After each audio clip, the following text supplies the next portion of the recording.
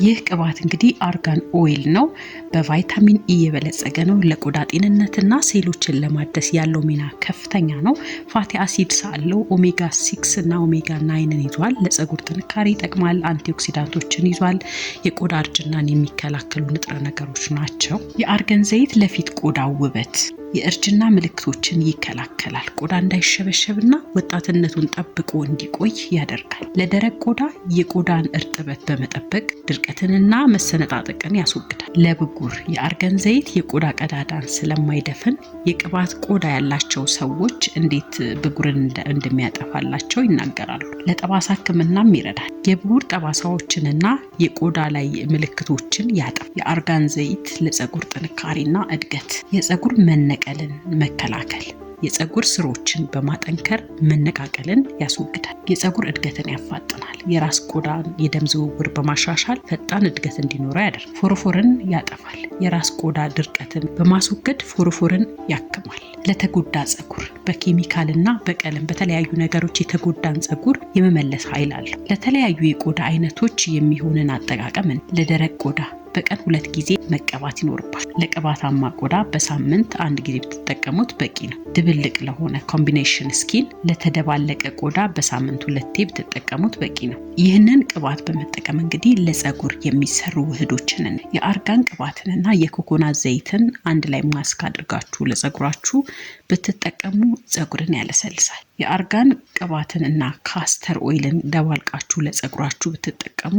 የፀጉር ብዛትንና ጥንካሬን ታገኛላችሁ። የአርጋን ቅባትን እንግዲህ ተወሰኑ ጠብታዎችን ወስዳችሁ ሻምፖአችሁ ላይ ብትጠቀሙት ከታጠባችሁ በኋላ አሰ ሊቪንግ ኮንዲሽነር መጠቀም ትችላላችሁ። በዚሁ ቅባት ደግሞ ለቆዳ ውህዶችን መስራት እንችላለን። የሌሊት ክሬም ለምሳሌ ማታ ከመተኛታችሁ በፊት መቀባት፣ የፊት ስክራብ ላይ ማድረግ ትችላላችሁ። የአርጋን ዘይት እንግዲህ ከቡና ወይንም ከስኳር ጋር በመቀላቀል የሞተ የፊት ቆዳን ማንሳትና ስክራብ ማድረግ ይቻላል። በአይን ዙሪያም ብትቀቡት ዳርክ ሰልክል ወይንም ደግሞ አይን ስር የሚኖሩ ጠቋቁሮችን ያጠፋል። ለሙሉ አካላችሁ ወይንም ለሰውነታችሁ ለጥፍራችሁ ብትጠቀሙት ጥቅሞችን ታገኛላችሁ። የሚሰባበሩ ጥፍሮችን ለማጠንከር፣ ለእግር ተረከዝ የተሰነጣጠቀ ተረከዝን ለማለስለስ፣ ለእርግዝና ምልክቶች እነዚህ ስትሬች ማርክስ በእርግዝና ወቅት ሆድ ላይ የሚወጡ ሸንተረሮችን ለመከላከልም ይረዳል። ስለዚህ እነዚህን ጥቅሞች ለማግኘት ትክክለኛውን የአርጋን ኦይል ፈልጋችሁ መግዛት እና መጠቀም ይኖርባችኋል። እሺ ተመልካቾቼ፣ ለጤናማ ለጠንካራና ውብ ፀጉር ቅባት ብቻውን በቂ አይደለም። አጠቃላይ እንግዲህ እንክብካቤ ያስፈልጋል። እነሱን ዘርዘር አድርገን እናያለን። አሁንም አብራችሁን ቆዩ። እነዚህ ምክሮች ለሁሉም የፀጉር አይነት በተለይም ለሀበሻ ፀጉር የሚሆኑ ናቸው። አንደኛ፣ የፀጉር ንጽህና። ፀጉርን በየቀኑ መታጠብ የተፈጥሮ ዘይቱን ስለሚያስወግደው ድርቅ ይላል። ስለዚህ እንደ ፀጉራችሁ አይነት በሳምንት 1 ወይንም ደግሞ በ2 ሳምንት 1 መታጠብ በቂ ነው። ሻምፖና ኮንዲሽነር ምረጡ። ፀጉርን የሚያደርቁ ሰልፌት ያላቸው ሻምፖዎችን ከመጠቀም መቆጠብ ይኖርባችኋል።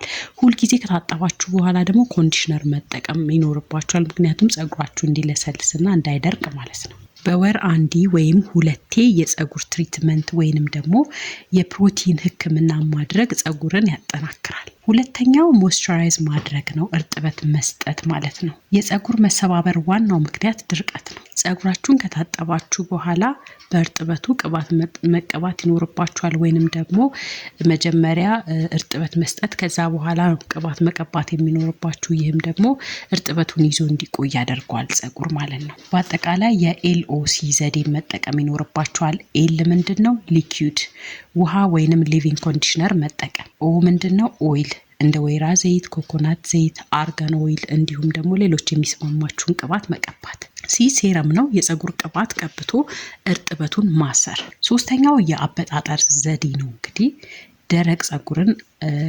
አለማበጠር። ፀጉር ደረቅ እያለ ማበጠር ይበጣጥሰዋል። ትንሽ እርጥበት ወይንም ደግሞ ክሬም ቀብታችሁ ከዛ በኋላ ነው ማበጠር የሚኖርባችሁ።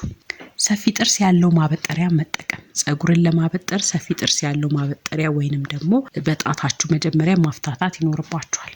ስታበጥሩ ከጫፍ ወደ ጆሮ ነው ማበጠር የሚኖርባችሁ። ሌላው የአያያዝ ዘዴ ነው። ፀጉርን ከመሰባበር ለመከላከል ጉንጉን ወይንም ሹሩባ ጥሩ ነው። ነገር ግን ሹሩባው ውጥር ከመጠን በላይ ውጥር ማለት አይኖርበትም። ሙቀትን መቀነስ ይኖርባችኋል። በተደጋጋሚ የካውያ መጠቀም እንዲሁም ደግሞ ፀጉር ማድረቂያዎችን መጠቀም እንግዲህ ፀጉራችሁን ይጎዳል። የግድ መጠቀም ሲኖርባችሁ ደግሞ ሂት ፕሮቴክተር ተጠቅማችሁ ከዛ በኋላ ብትጠቀሙ እሳቱ ፀጉራችሁን አይጎዳም። አምስተኛው የአመጋገብና የውሃ ጉዳይ ነው። ውሃ መጠጣት እንግዲህ ግዴታ ነው።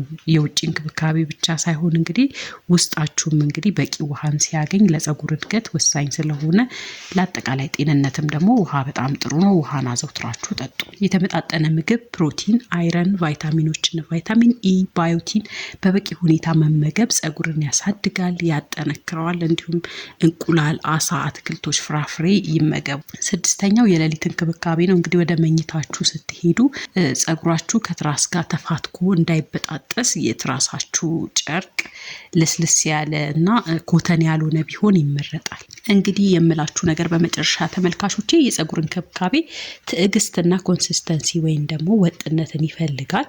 ለውጥ ባንዴ ላታገኙ ስለምትችሉ ተስፋ ቆርጣችሁ እንዳትተዉት። ለአንዱ የተስማማው የፀጉር ቅባት ደግሞ ለአንዱ ላይ ስማማው ስለሚችል ለእናንተ የሚስማማችሁን የፀጉር ቅባት ወስዳችሁ እሱን መጠቀም እና ደግሞ እንዳልኳችሁ ከላይ የጠቀስኳቸውን እንክብካቤዎች ሳትሰለችሁ ብትጠቀሙ ለውጡን ታገኛላችሁ ማለት ነው። ለዛሬ ይዤላችሁ የመጣሁት ቪዲዮ ይህንን ይመስላል።